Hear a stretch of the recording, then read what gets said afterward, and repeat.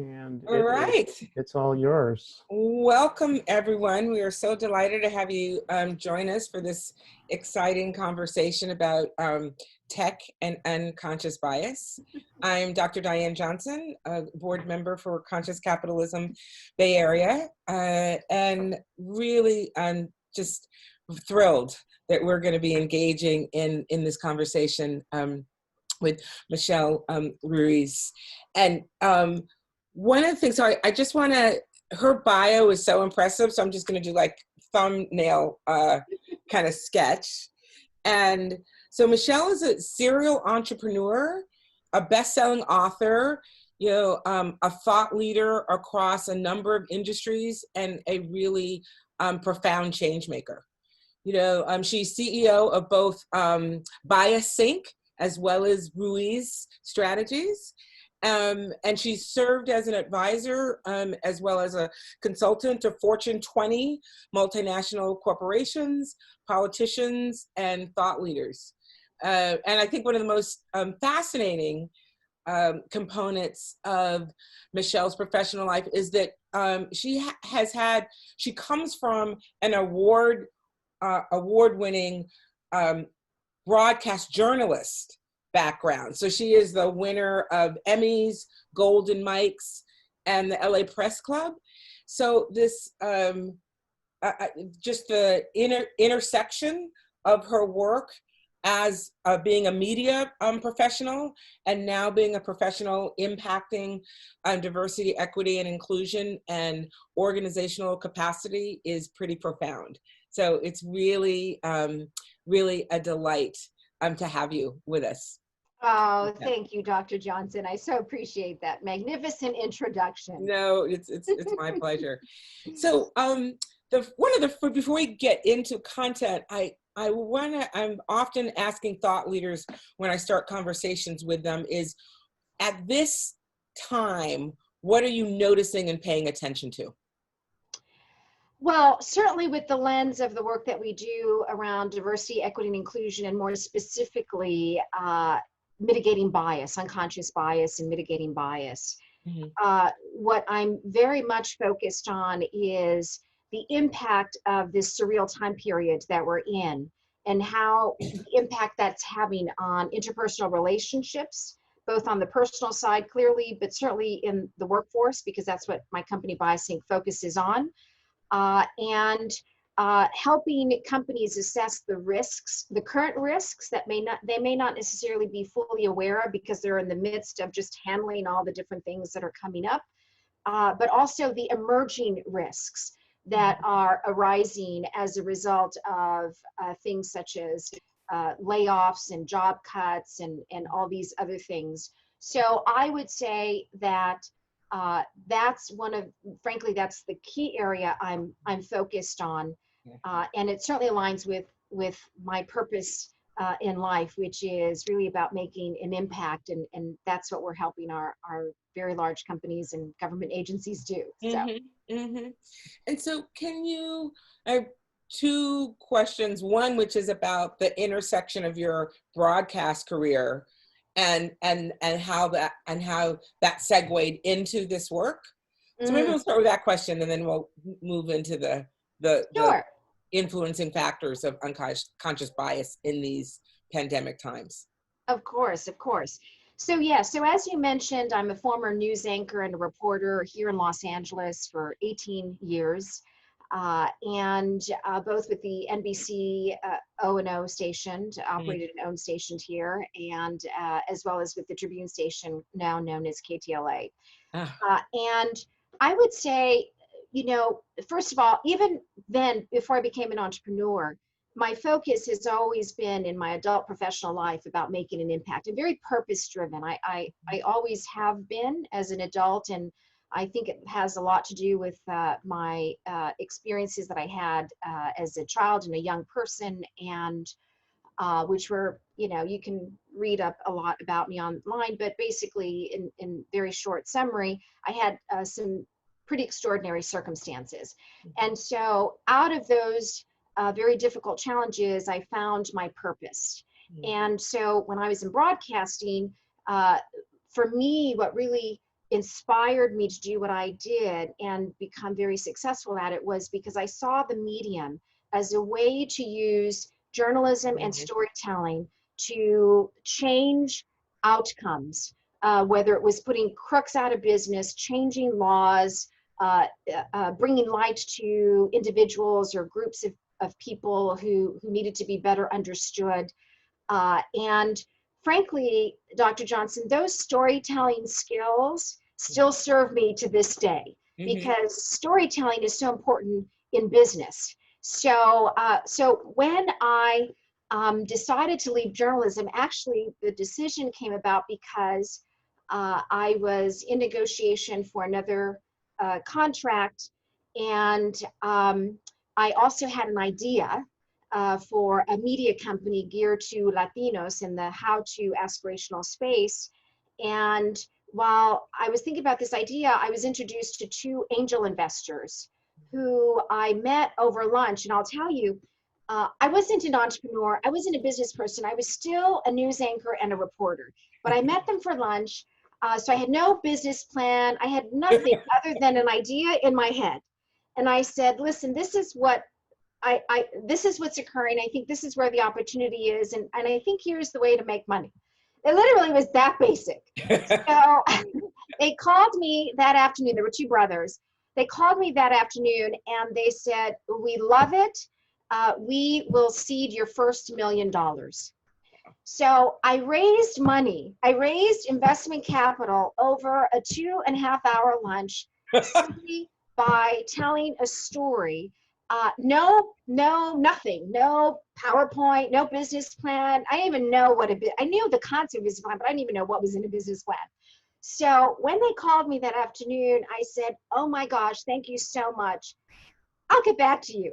And I put the phone down and I thought, I guess I can say this one on television, an oh shit moment. Because here I raised $1 million simply with this meeting. I thought, wow, I knew enough to know that entrepreneurs live and die trying to raise investment capital from investors. So I thought, this is an opportunity. The universe is speaking to me. I should leave broadcasting and start my first company. And that's ultimately what transitioned me from broadcasting to my first media company. From there, then my consulting agency, which you mentioned, Ruiz Strategies, we've done work with very large corporations and government agencies like NASA and others on strategic communications, but in particular, communications towards diverse populations and engagement with diverse populations. And diversity is not just by ethnicity, but when we say diverse, we're talking about all different types of diversity.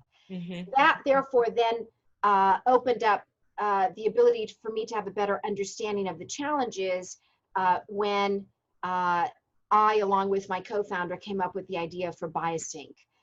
And that's now why this is now my newest company. Right. And Michele, can you speak to, given that we are in these pandemic times, right? Can you speak to how it is that what's influencing the increase in unconscious bias?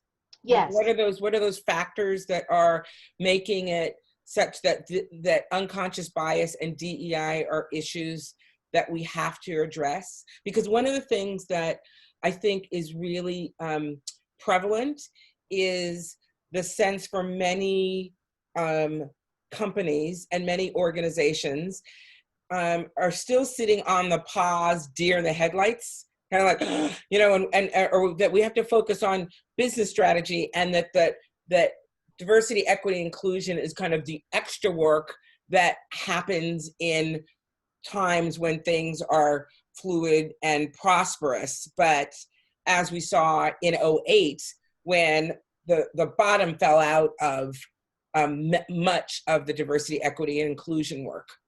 Yes. And that it took years for various industries to find their way back to understanding how that's central.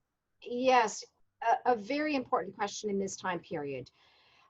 Because when you look at the rise in unconscious bias or implicit bias, as some call it, stereotyping is another way to look at it. there are certain factors that contribute to the increase or the rise of that. And then you have what's called microaggressions, micro insults, and then micro invalidations, which I can also talk about. So what we have currently that we're living through is high stress. High stress in any kind of situation increases the chances of implicit bias to be expressed. Fear, we're living in a fear-based time period right now. Fear is another factor. Fear about getting ill, fear about being exposed, fear of other people, fear about our jobs, all kinds of fear-related triggers.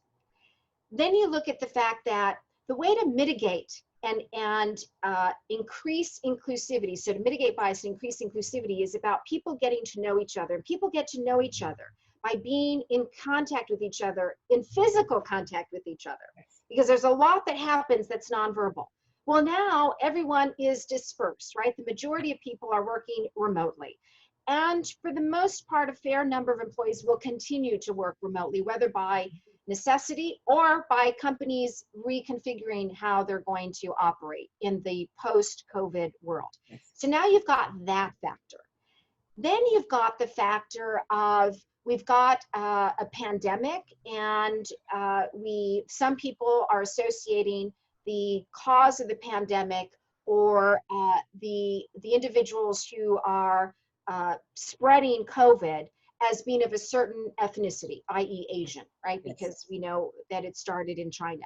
So now you've got, and it's been reported, you've got upticks in not only bias, but actually assaults. It goes everything from implicit bias all the way to explicit assaults, where people are spitting on individuals of Asian descent. Yeah, we actually had, and for folks who are interested, if they weren't on the call, under the resource list, we did a session on increased bias and racial bias against people of Asian descent, and had a wonderful panel about that.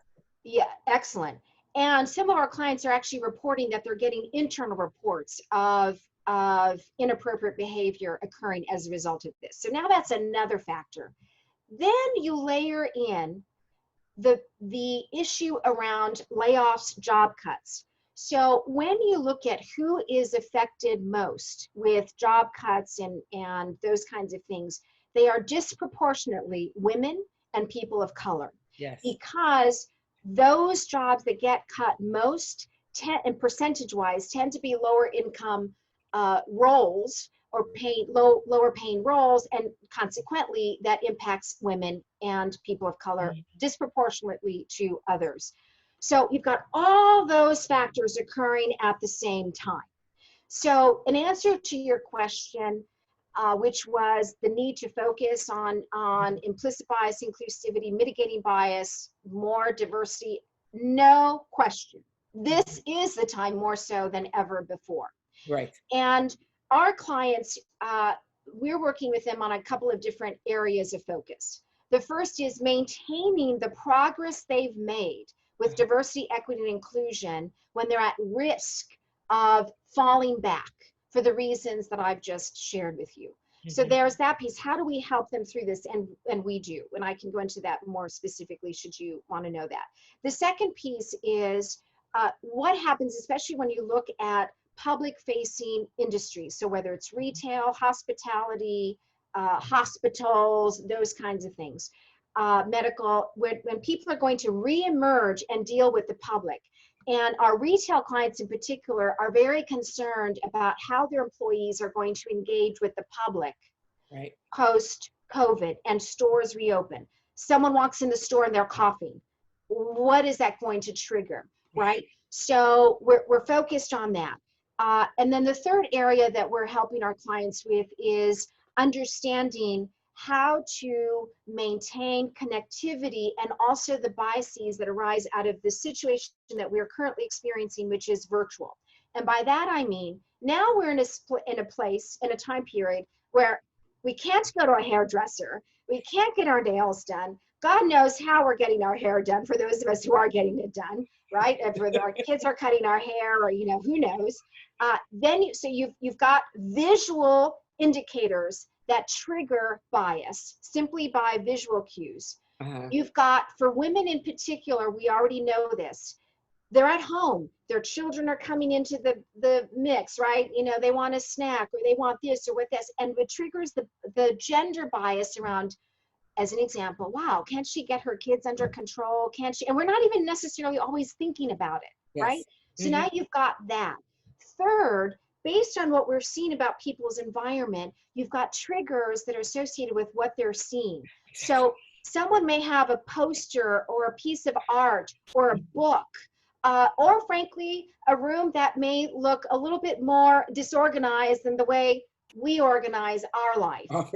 Or you may not like red flowers, and I have red flowers in the view, you know, in the scene behind me. So there are visual things that are also triggering biases, which we don't even become aware of.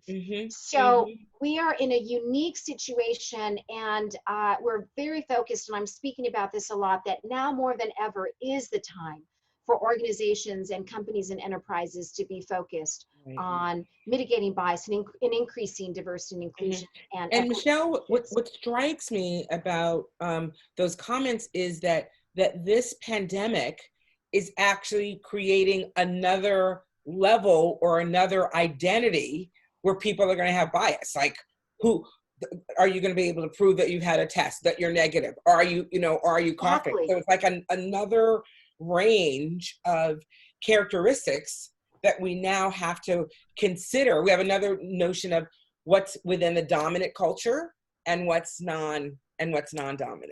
Yes, absolutely. So I'm absolutely fascinated by this notion of melding tech with being able to assess unconscious bias. So can you talk about that model and how it's, and how it might be different from other assessments that people might be familiar with? Absolutely. So when my co-founders, I have two other co-founders, when we looked at the space of diversity, equity, and inclusion, and then frankly, the idea for BiasSync came about because one of my co-founders, who's been a longtime business mentor of mine for ever since I became an entrepreneur, called me one day and he said, Michele, I've been looking to buy diversity training online and this is garbage. Now he's a serial tech entrepreneur. So BiasSync now is his eighth company, I think, that he's seeded and gotten up off the ground. So he said to me, let's figure out something better to offer the marketplace. The marketplace deserves something better. So he challenged me in identifying what that would be, knowing, of course, that I had background in diversity and equity and inclusion based on the agency work and, those kinds of things. So I actually credit him for helping me come up with the idea. And so I came back to him about 2 months later and I said, okay, I agree with you. There's something better to offer the marketplace, but it's not anything around specifically diversity, equity, and inclusion training, because that exists. And quite frankly, there are numerous studies that show traditional diversity, equity, inclusion training doesn't work. And in fact, there's, that obviously based on your work. In addition to that, I'm sure you're also aware of the studies that show in some instances actually creates reactance. Because the traditional underlying message is, and I'll just be perfectly blunt, listen, white male, you're the problem and you have to solve it. And that's not really the case. When we talk about inclusion, we talk about everyone working together to solve the challenges. So what I came back to my business partner and co-founder and I said, okay, I agree, but the real game changer is if we can help companies measure levels of unconscious bias and bring data to this space so that now with data, they can really understand what's happening in the organization and more appropriately apply strategies to mitigate it. So ultimately what we ended up doing is we took scientifically validated methodologies that have existed in the world of academia to measure levels of unconscious bias. We didn't come up with how to measure unconscious bias. It's already existed in the world of academia. So what we did is we looked at all of the progress made to those kinds of assessments, and we adapted those kinds of assessments very specifically for the workplace. And we improved the experience. And in addition to that, we also looked at where the challenges were with these assessments and worked on improving and overcoming those challenges. So in short, we've taken these scientifically validated methodologies and created an online platform that combines 3 pillars. The first is these assessments. So the ability to measure at the moment race and gender bias. Soon will include under gender, an expansion for LGBTQ, age, and disability. Those are what we're being requested most to provide. That's one pillar. Second pillar is engaging content. So the challenges with existing solutions out there to date have been, whether they're in person or online, is usually there's a peanut butter approach. It goes light in approach, right? And we need to go deep on these topics. You know that, right? But the idea is we do this one-off training, whether it's 20 minutes online. I've actually seen unconscious bias training in 20 minutes. I'm like, holy cow. The hours we've spent on that. Or in person, and we expect with this one-off training, however that manifests, for then people to go out into the workplace and make better decisions. And the reality is, just like the challenge with New Year's resolutions, it is not enough for people to have a desire to do better. You actually have to do something. If you think about New Year's resolutions, if you want to do X or do more of Y or lose X number Z, whatever the case is, you actually have to do stuff. So, and you have to maintain, you have to create these habits of heroes, right? You have to, what we call ongoing microlearnings. So a third pillar to our solution is compelling content with ongoing microlearnings to reinforce strategies and ways to mitigate unconscious bias.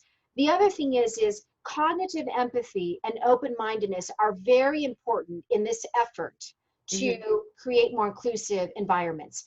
And cognitive empathy, pretty simplistically, is the ability to put yourself in someone else's shoes when told of their experience, even if yourself you've not had that experience. And open-mindedness is around the concept of, when presented with credible evidence, how open-minded are you to a new way of thinking, the ability to adapt a new strategy, a new initiative, new way of working, that kind of stuff. So it is not enough to understand your own levels of bias as an individual going through our process, because when they go through, the employees, they then get their results back. And often it's very enlightening because their results may be in conflict with their belief system. Right. And I can talk a little bit more about that. But so then, yes. I can't, I've got so many questions swirling in my head. So one of the things that I think is really powerful is this notion of cognitive empathy, right? Because it's not that it is both cognitive, but empathy is also emotional. So it's the combination of those two things. And I have a question around, because the assessment is working on how individuals have a particular unconscious bias. Some things like fish in water, what do you can tell, what do fish talk about? It's not water because they're in it, right? So that level of unconscious bias is part of the water that they're swimming in. I'm curious as the relationship between one's individual attitudes and behaviors and creating the practice, those micro learnings that deal with not only an individual's attitudes and patterns, but when they are enforced externally from the larger system. Or, so sometimes, again, bias is baked into the culture of an organization or an entity. So in that assessment, is there a way so actually just speak to me about what do you think about the difference between what an individual patterning and the patterning that's influenced from the larger areas of the system? Yes, okay. So two things, and I want to make sure I clarify the assessment piece for the individuals versus what the organization leaders see. So bias is, as some of you may know, unconscious biases are formed at a very, very early age, and they're really simply based on what we're exposed to and what we're not exposed to. And very simplistically, bias can result in providing more preferential treatment to those who are more like us or we're more aware of or familiar with than those that are not like us. Therefore, that's where the inequities occur in the worst case scenarios, discrimination and very poor behavior. So the assessments on the individual level provide these aha moments for individuals to understand that these are unconscious. Our messaging is all about, listen, we all have unconscious biases. If we have a brain, we have an unconscious bias. So therefore, no one's a bad person here. Yes. We actually even we recreate the doll test from the original 1940s, where children are shown to express preferences over one doll over another. And these are young children, 3 years, 4 years old. Yes. It's stereotyping, it's preferences. So the ability to learn about themselves and then therefore understand what are their levels of cognitive empathy and open-mindedness prepares them for, okay, now I have a better understanding about myself. Now let's focus, we then guide them through the journey and focusing on what they can do about it. Our objective is not to change people's levels of bias. In fact, we know scientifically it's very hard to do. They're so deeply ingrained into our brain. It's really about understanding ourselves better, even when we think we're an advocate for certain types of individuals, right? What is it? What do you mean I have a moderate to strong racial bias? I'm an advocate for people of color. I've promoted people of color. Look at my, my friends of people of color. They show their phone or their Facebook or, whatever the case is, right? But they're so deeply ingrained. So with that, then it's like, okay, now I understand. Now let's focus on what do I do to mitigate it, right? So there's that piece. Now, but in the workplace or in an organization, that's not enough to, oh, by the way, let me just make the point.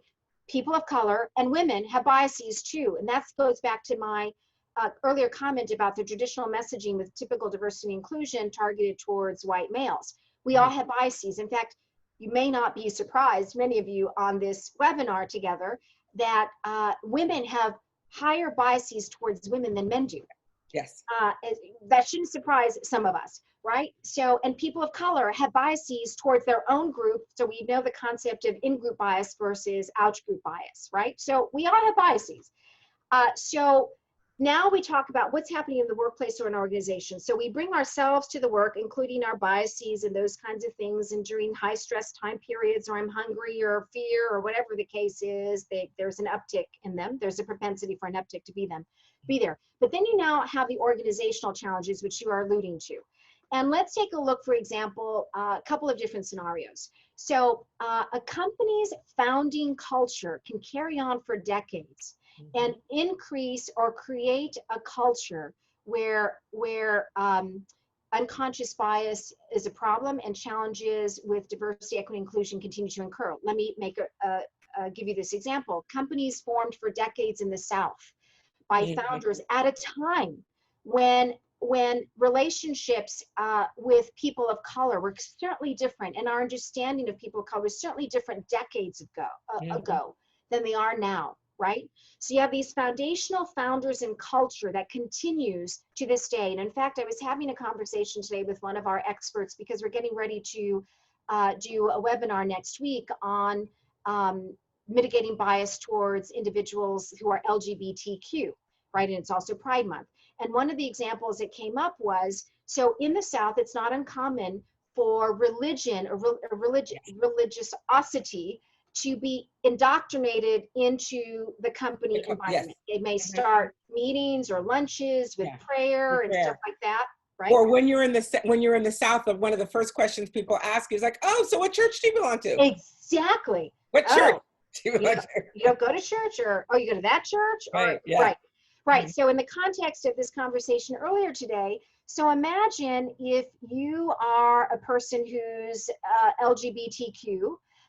One of those identities, and you're in a company or environment that way, and there's a disconnect with the religious belief and your identity, right? And so that creates challenges for inclusivity. So that's one example when you talk about founders and cultural legacy. So there's that scenario.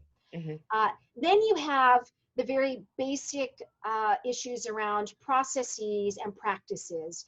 There are processes and practices that perpetuate inequities and issues around that. So a very simplistic one is during interviews, and you ask candidates to suggest, if they're being offered a job, to suggest what they want to be paid.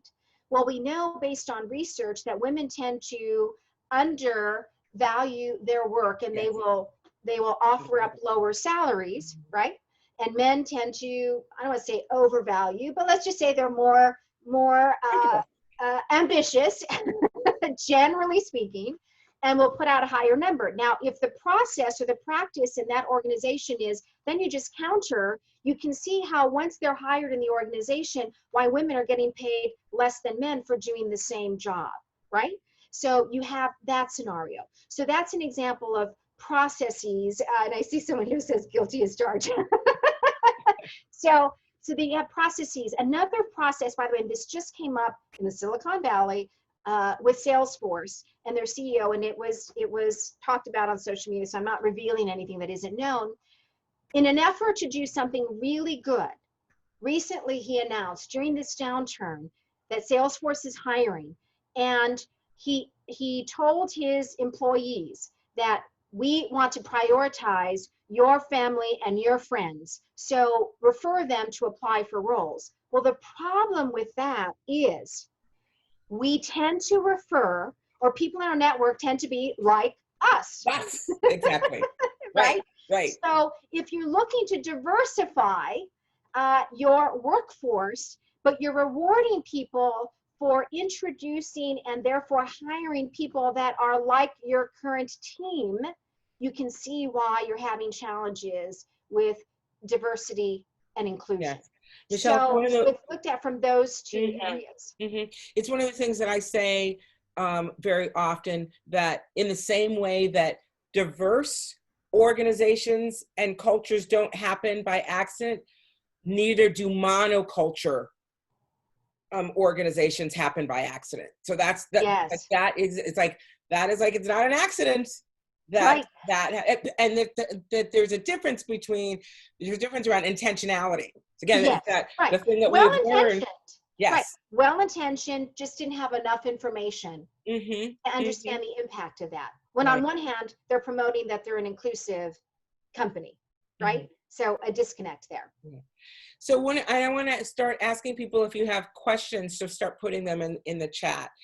But one thing I'm really curious about is, how can individuals within a company, or for that matter, consultants and coaches who are working with organizations where they feel that barrier because they're working virtually, how to begin surfacing and responding to and mitigating what they experience as bias?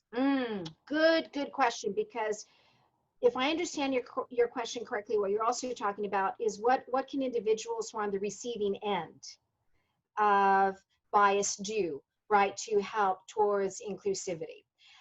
So a couple of things. The first is, one of our content modules is around effective communications around difficult topics. And we address this very scenario where, one, someone may be on the receiving end, and when we say receiving end, inadvertent, in this context, we're talking about inadvertent, unconscious, good intentions, right?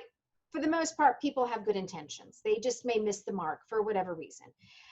So what happens when they're on the receiving end, and how they can talk about it? And there are lots of challenges around that, because people struggle with raising issues when they're on the receiving end of implicit bias, or microaggressions, or micro insults, or micro invalidations. And I've said that a couple of times, so let me just explain for those who may not know.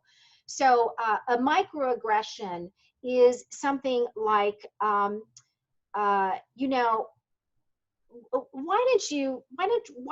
do you come here with your hair that way? You should look like everybody else, right? That's a microaggression. All the way to a micro invalidation, where someone says, why, being the only woman in the room, did you ask me to go get the coffee for everybody, or still happens, believe it or not, we still get reports of that. And someone says, oh, you're just too sensitive. Yeah. That's a micro invalidation. You're invalidating the person's experience. And then there's the whole outright just bad behavior that some people are doing. With that, so how does someone on the receiving end communicate about that? Well, the first thing is we guide them on some language to use, and to assume at the outset that the person had good intentions. Because if you assume the person had bad intentions, it sets up a dynamic where there is conflict. So I might say to you, as an example, Dr. Johnson, that conversation that we had, and you said X, Y, and Z. I'm not sure if you're aware of this. You're probably not aware of this, but I just want you to know how it made me feel. Yeah. Okay. So, and then you open the conversation. You're probably not aware of this, and I'm sure you didn't mean something by it, right? You're setting this, you're coming from a positive intent, right? We talk about, conversely, if someone raises to your attention that you inadvertently offended someone, if you invalidate their feelings, that's not a good thing. That what you can say is, I'm so sorry, I didn't realize that what I said or did or whatever it is affected you that way. Help me learn. I want to understand better. Can you tell me more about this so that I can make better decisions, or I can show up better? That's the ideal, optimal response. Now, obviously, there's a lot in that in terms of what the situation is and things like that. But those are one of the things that we teach about. The other thing to recognize is that I don't know if some of you have heard of the concept of Dr. Johnson, you may know, it's at the tip of my tongue. Heroes. It's when people inadvertently step in on someone else's behalf, thinking that they're doing something good. Yeah. Right. But they're actually taking the voice away from that person. So they may say, so if you and I were together and there was a third person, I'll just say Leslie, because I see Leslie's name on the screen here. And I observed something happening between you, Dr. Johnson, and Leslie. And I went to you, Dr. Johnson, and said, Dr. Johnson, what you said to her, or what you asked her to do, or whatever, that was really offensive, or that was really bothersome. And I took the voice away from Leslie. So the more appropriate way to address that is to say to Leslie, Leslie, I observed this, and I don't know, I was wondering, were you bothered by it? Were you upset by it? Give Leslie the opportunity, because she may not have been impacted by it in the least, or she may have, and then ask, would you like me to say something on your behalf? That falls into the allyship. Would you like me to say something on your behalf? But give her the option to have her voice. I'm sure you deal with this all the time in the work that you do. And I think one of the, if we think about it, skill development, because we have a question in the chat about, are there specific skills that we can develop in working on our unconscious bias? And I think there is an example about taking ownership of, like in that example of that triangulation, right? Yes, right. Taking ownership, as I said, I observed X, and it made me feel, or I noticed, why. So so coming with a sense of curiosity, taking responsibility for our own individual feelings, right? Yes. And so I think, and it speaks to so many of the skills that we recognize around courageous conversations. Yes, Right? That are critical, that is made more difficult through the barrier because we're now operating virtually. Right? No question. And there's someone who asked a question literally also about, are there any are you aware of any tools that help organizations do a DEI check around corporate communications? Right? Oh, so that they avoid the, oh my God, like the major oops. Yes. Yeah. Well, I'll put my communications, communications hat on. I can give you many, many examples there. I would say the first thing is look at languaging in the organization.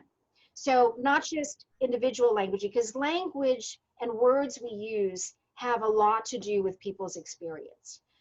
So I would start with looking at how, as an organization, you're communicating around topics around diversity, equity, and inclusion. And is there inclusive language? And there are books and other tools, and we have some related to BiasSync that I can certainly suggest to the person who's asking the question. But I would start there. So if I were the consultant for this organization, I would say, let's do an audit of languaging. So let's look at languaging that you use in regular types of meetings, rituals, right? Rituals are rich with languaging. This is the way we say it here. This is the way we do it. Those kinds of things. There's a lot of research around words that are gender based, right? So, things like chairman, fireman, and other ways, other languages, and there's a whole list of those. So look at gendered language, because gendered language reinforces stereotypes, right? So those kinds of things. Then I'd look at imagery. What's the imagery that's being used? Because if you talk about an inclusive organization, does the imagery reinforce your inclusivity? And by the way, there's a lot of studies that show that people who don't perceive an organization being inclusive, they don't want to apply to that organization, especially millennials. There's lots of data around that and what's important to them. Yeah. So imagery completely is hugely important related to that. And I was just going to say, to close the loop on that, again, with my crisis communications hat, I would say, listen, we all are, as one of our experts says, we're goodish people. We have room to improve. If we said we're good people, that means we've established, we've arrived at the place that we're good, and there's no room for improvement. If we view ourselves as goodish, there's always room for improvement. So when the inadvertent mistakes happen, and they're going to happen, then correct them quickly. Come from a place of inclusivity, compassion, understanding, and ask to learn from the process. And I think that is one way to approach it. Now, if the individual asked that question, I can't see the chat right now once more, I'm happy, offline to provide. Yeah, and I think that's really powerful advice. And I think the characteristic that I would also add is humility. Yeah. Because I think what happens either interpersonally or organizationally, when an oops happens, there can be a natural response of defensiveness. Absolutely. Right? And so that sense about, and the notion of cultural humility and what that is, and having an understanding is really critical. Yes. And I also want to say how that your comments speak to a best practice or better practice around assessment, that we need to create baselines. Yes. To see how do we measure movement if we don't have a sense about where are we starting from? Where's our starting point? And how important that is. Yes, absolutely. So with BiasSync, I talked to you about the individual assessments and individuals getting results about themselves. And what we do then is we anonymize those results, but we bucket them into categories. So the organization leaders tell us, if I were an employee of a company, they'd say, put Michele Ruiz in the leadership bucket. So once I finished the entire journey online, the initial journey, I would then, my results would be anonymized. I would have the option to have my results sent to me if I wanted to have a record of them. But then our system disassociates their results from their name, and they're tagged into a category. So my results would roll up into a leadership category, and that leadership category has to have at least 50 people, 50. And so now the organization can see the levels of bias, open-mindedness, cognitive empathy by division, department, role in the organization, geography. We can pretty much slice and dice the data any way a company wants to see it. Not only that, we can also show the levels of bias by ethnicity and by gender. And by that, I mean, we can show the levels of bias of Latinos towards Latinos and out groups, Caucasians towards Caucasians and out groups, African Americans towards African Americans and out groups. Why is that important? Because in many organizations, when they identify that they need more of X, whatever X is, more women or people of color or a combination of both, they believe that by putting a person of that demographic in a leadership or management role, that there'll be a waterfall effect. And all of a sudden, all of the diversity, equity, inclusion needs will be solved because that person's going to have this huge influence. What they don't realize is we all have unconscious biases. And we know, for example, that African Americans actually attribute more positive attributes to non-African Americans, in other words, Caucasians, than they do to their own group. So if you think you put a person of color, and by the way, that happens in the Latino community as well, if you put a person of color, i.e. an African American leadership position, expect, oh, okay, now we're going to see more African Americans. Yeah. Oh, that's very complex. I mean, you know that, right? Then you don't want to be seen as the token one that's going against the norm. I mean, it's so complex. Yeah. So understanding that. So with our data, we uncover what is not known. And that's what our differentiator is. And that's why we're making such great progress and have, Fortune 10 companies as clients, some of the largest multinational corporations. Right. So, Michele, there's so many various comments and questions in the chat, so I'm going to try and kind of condense a number of them. But and one is around when you talked about image and taking an image audit, and people are talking about the disasters of stock photography, right? And that the lack of actually even being able to find inclusive images, which I think is so true. And that there's also the flip side of when you have organizations, and this happens a lot in higher education, where they have done that audit, so they flip and include diverse teams on their website, and then people get into the organization and then look around, it's like I feel like I'm part of a bait and switch thing, right? So absolutely. Can you speak about that balance in terms of where organizations are aspirational in their orientation? And actually another person made the comment about what do we mean when we're talking about diversity, equity, and inclusion? Are we looking for representation of the general population into the company? And so how do we define even the appropriate dimensions of DEI? So excellent. There's a loaded kind of. Sure. So I'm going to talk about your first question, then please remind me about the second one if I forget to answer it. So the first question around your aspirational. So I'm going to use this as an example. Again, because Pride Month is coming up, and this is just a conversation I've been having in the last couple of days preparing for how we're helping our companies with this in a meaningful way, meaning how do they show up in a meaningful way? So the question came up today in a conversation around what's the thinking amongst our social psychologists about companies using the rainbow and balloons of all colors and all those kinds of things. Is that good? Is that enough? Is that what's the thinking? And the consensus was it is good in terms that it signals an intent to be inclusive.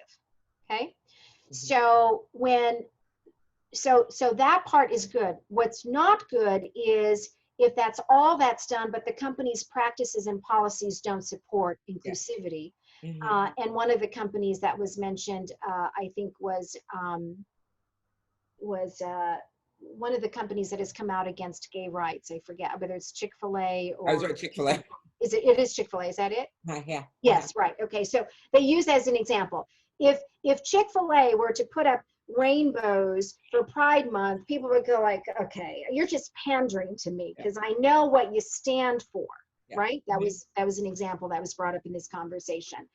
So I think it's important if you're aspirational to also follow through and walk the walk, right? Because people are going to pick up pretty quickly on whether or not you're really serious about it. And it doesn't mean that a company has to be perfect. There's no such thing as even being perfect. There's so much work to do. But no company's perfect. But there are companies that are better at incorporating practices and policies and rituals around inclusivity that support their publicly stated objectives more so than others. So that's how I would address that. your second question about the difference between diversity, equity, and inclusion, I would describe as this, and certainly Dr. Johnson, tell me if you would add to this or disagree with me. But diversity is often confused with inclusiveness, because you can have diversity in the room, and a lot of companies measure their diversity, equity, and inclusion outcomes based on simply diversity numbers. Oh, we have, hypothetically, 28% women or 42% people of color, or X percentage of this or that. We're diverse, we're good.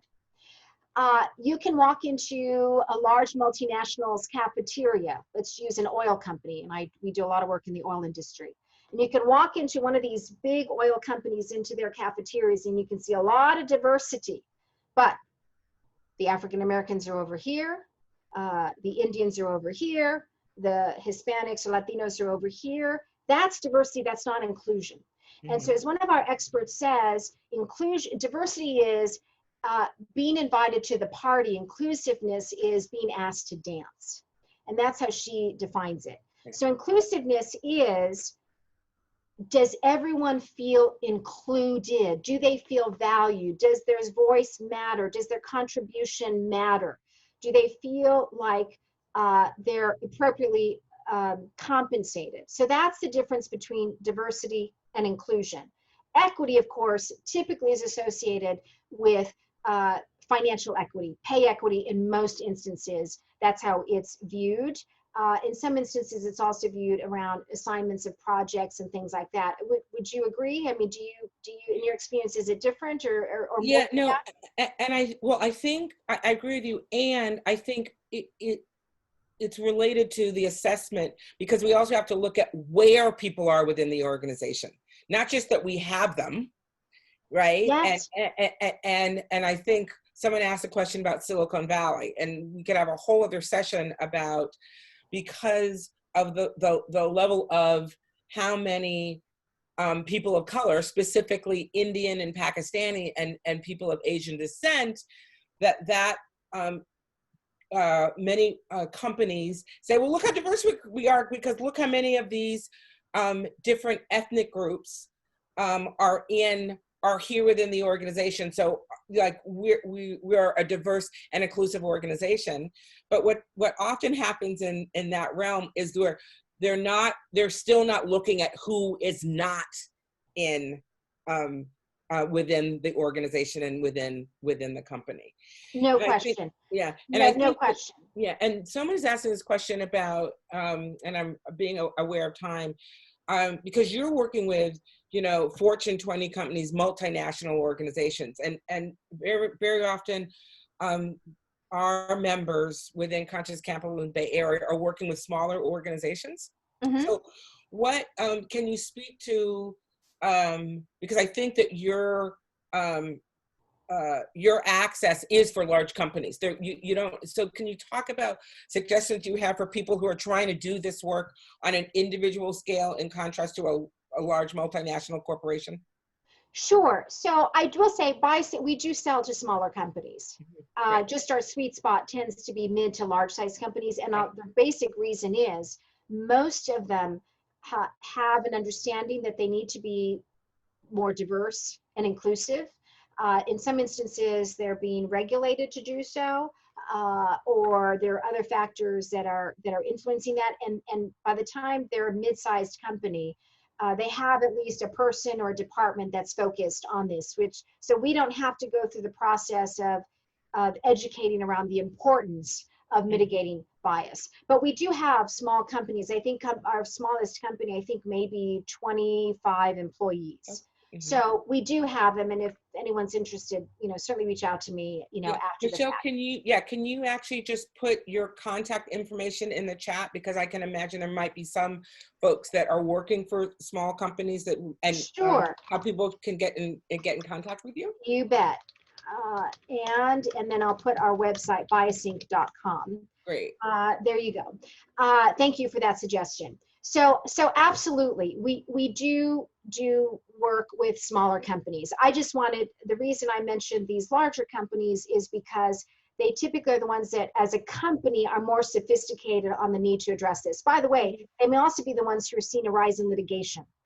And we didn't talk about that, but back to an emerging risk as a result of this pandemic, with people being laid off and other things, and increases in bias. There are several legal articles preparing companies for one of the top 5 risks for companies right now are bias lawsuits. And that includes people who are disproportionately laid off or let go of their jobs, to an increase in unconscious bias or other kinds of behavior in an organization. So it's really important. It's a risk factor. And as I want to be respectful of time, but I'm curious if there was one piece of wisdom or one sharing that you would have for the folks on this call around inspiration to being able to reflect on people's challenges and barriers in dealing with their own unconscious bias. What would you? That's such a good question. Okay, I'm going to answer that, but I just happened to see in this chat, and I'm not quite sure why, but someone said they can't see my contact information. We posted it. It's great.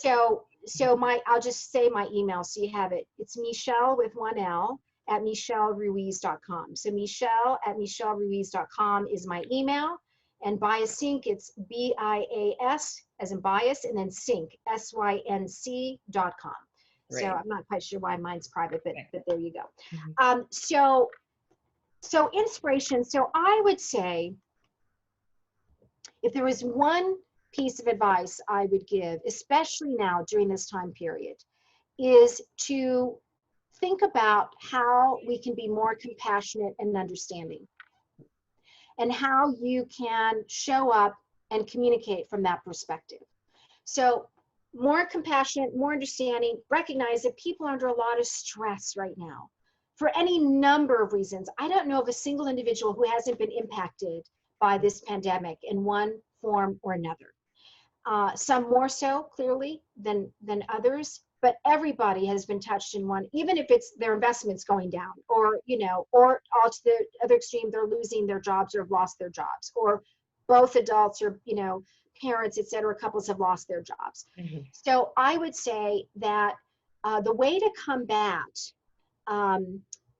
implicit bias and unconscious bias from surfacing is to understand that, because it's such a high stressful situation, to try and be more understanding of how people are presenting, both how people are presenting physically for the reasons that we talked about, how they're presenting with emotional energy, how they're showing up in terms of their tone, their tenor, and ask, is there something that you want me to understand about you or your situation right now? I want to make sure I'm as supportive as possible.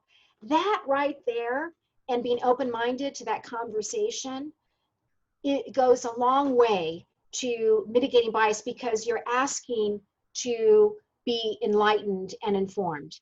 The other thing is, a way to mitigate bias, and people sometimes take this, they take the wrong approach, is to expand the people that you're getting to know. Because remember, I talked about bias is about giving preferences to people who are like us or people that we know. So expand the people, the types of people that you know. We have a whole networking map exercise as part of the curriculum, mm-hmm. right? So you do an assessment, a mapping of who's in your network. And typically you'll find they're either, could be a lot of same gender, a lot of the same religious beliefs, a lot of the same where you went to college. By the way, there's a whole bias around that. Mm-hmm. Same socioeconomic status, same geography, and then there's the gender and race and all those kinds of things. Same affinity groups, those kinds of things. Branch out. Make a point of actually having an opportunity to engage with someone who's different. And it's not enough to say, oh, I'm an advocate for people of color. Look, here's my Black friend, or here's my Latina friend, or whatever the case is. And that way, in an organizations, by the way, the other piece of that is try to connect and have a meaningful connection with someone who does something different than you do. in the organization, Mhm. because we tend to also group with people who do Yeah.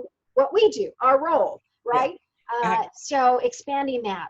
I'm not sure if you but it's would add to interesting, that. Michelle, because I think, and some Natalie has said this in the chat, where but so many folks have monolithic networks, and so how do you develop relationships that are authentic, as opposed to, okay, I don't have any black colleagues, so let me saddle up to Diane and say, oh, you want to have like virtual coffee? Right? Oh, Yeah, and Diane's going, let me. So I think this is. We yes, could go on. Maybe we'll go on for just a couple more minutes about yes, this, because I of think course, I'm good. I'm that good. we are so that we.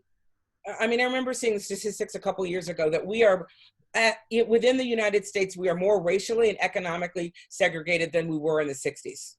Like because of the institutional impact of home sales and redlining, and it just goes on and on. So that ability to actually have access to diverse people is severely limited. And then we add on the fact that we're in a pandemic, and then it's like, oh my gosh.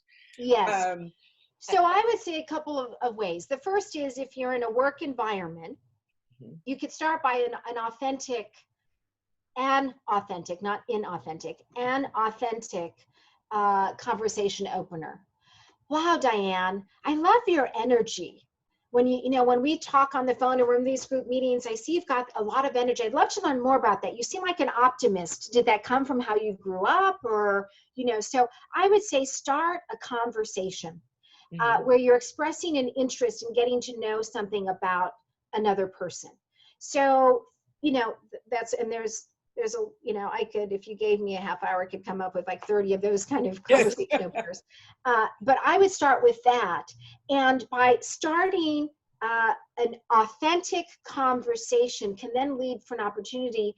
Hey, Dan, I'd love to learn so much more about you, or about you're very passionate about your faith. I'd love to learn more about that. We might be of different faiths. I'd love to learn more about that. Would you like to, get together for, a virtual coffee, or again, in this environment, obviously. So we're doing this live, live time. But so one of the things that I would actually do an edit around that is that I think that there needs to be mutuality, and there needs to be an action. Because if you come to me saying, oh, I like this about you, and I want to find out more about you, that relationship is one way. I agreed. So the thing that when I think about the instances where that relationship development is more robust, is one, are finding something that is common, right? Like, so it's not just like you mentioned that you were, that you're multi-faith, and I'm really intrigued with that, because I was raised Catholic, and now I'm a Buddhist. Yeah, right. So there's still that, oh, I'm interested in that thing about you, but I'm also identifying where where there's some commonality, potential mutual entry point into the valid connection. point. Valid point. I think that's extremely valid, in that you're looking for ways that you are more like each other, more similar to each other, and highlighting those as opposed to being different from each other. No question. I just was, I don't have problems starting a conversation, but the other thing I would add is, this is no different than dating, by the way. And I'm divorced, so I can say this. Put yourself in circumstances where you'd like to meet certain types of individuals. Now, I recognize, of course, we're in this virtual online environment. We're still social distancing. We're still walking around wearing masks. You're only seeing people from their eyes up, that kind of stuff. So it's a little harder. But if you put a tickler or a reminder to purposefully, with intent, put yourself in a situation where you might have the opportunity to engage with someone who is atypical from your network. That would be another way. It's the same thing I talk about when dating and trying to meet people. Put yourself in a situation where you have the opportunity to meet people that you're trying to meet, that kind of thing. So there you go. That's why. So this is really interesting. And I think what what so many of these conversations around diversity, equity, inclusion speak to is, how do we build authentic relationships that allow for a higher level of understanding that have an impact on our ability to be in purpose-driven, values-based, impactful businesses and organizations, right?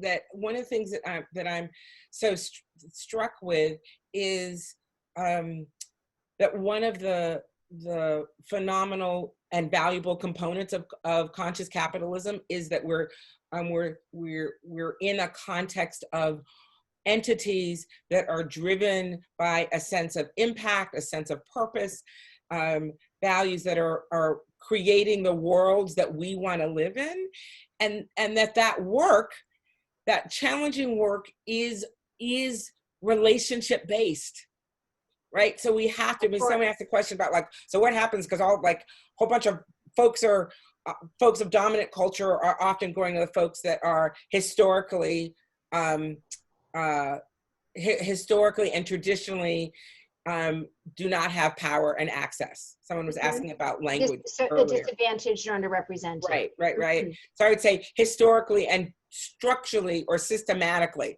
as opposed to minorities, or, like, don't even get me started around that, right? But I think I'm really clear that my role and my purpose is about bridge building.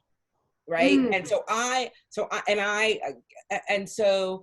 think when we're talking about how do we build relationships with people that are different than we are, I think we do have to kind of check out, and we can see it, like, there are going to be some people that in our businesses, in our companies, that you can see that they have relationships with multiple layers within, multiple positions within the organization, so I would say that we have to notice that and reach out to those folks, because and also people will tell you, I'm busy, don't really have time to have coffee. That will be kind of an indication about or I'm zoomed out. We're hearing that too. I'm zoomed out.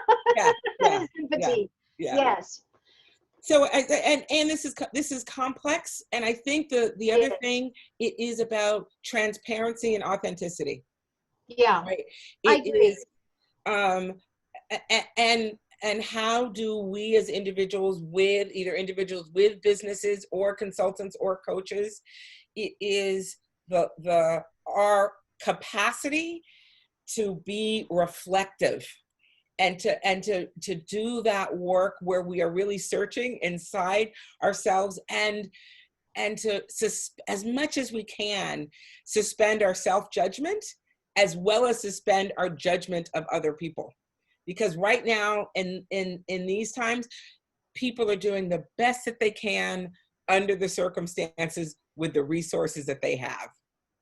Right? Absolutely. And I think, and I'm assuming, given just conscious capitalism, the group and the values of conscious capitalism, people here are consciously minded.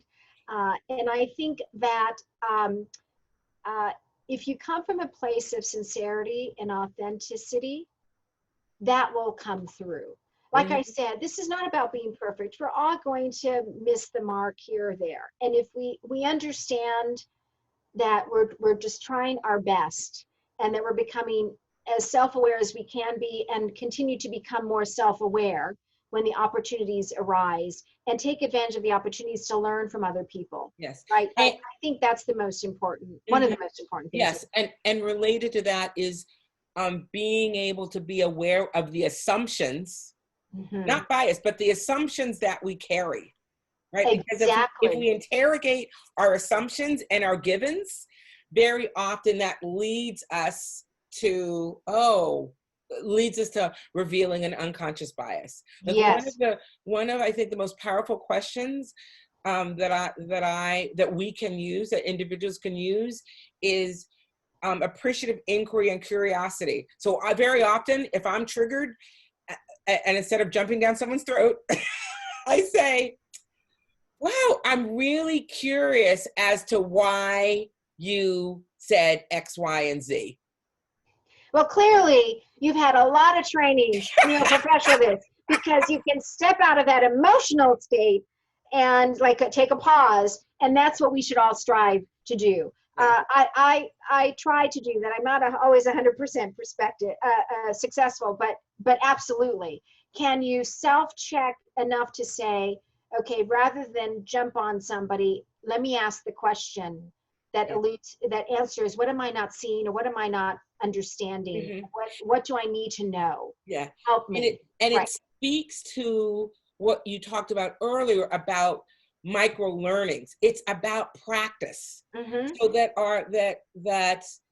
when you use the example about how do we change our behavior around like wanting to lose weight or exercise. It is literally like, how do we train our bodies, our psychic, our minds, our somo, you know, the powerful work of somatics that I'm really delving into these days. It's like, excellent. But it's about a practice. It's like, how do we, in the same way that our bias are, we've learned them from the time that we were that we were babes in arms. So that unlearning or at least shifting how that bias holds on to us comes from ongoing practice and absolutely self-compassion. Yes, and that's part of the skill building. Yes. So we could go on for another hour, but we were already gonna please. But I am just so thrilled that we had this conversation. There are many, many other conversations, and I want to remind folks that Conscious Capitalism Bay Area, we have such a profound commitment that every other month a topic is related to how do we as thought leaders, as change agents, as consultants, coaches, business leaders, how do we have these critical conversations related to diversity, equity, and inclusion? So we will continue to have these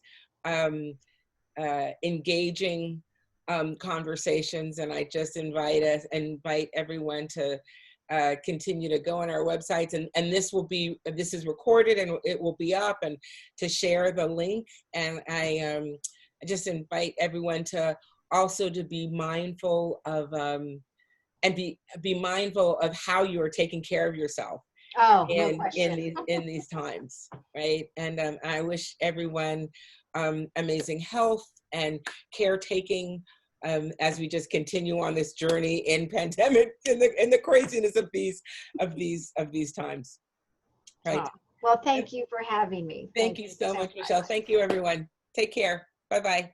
Bye-bye.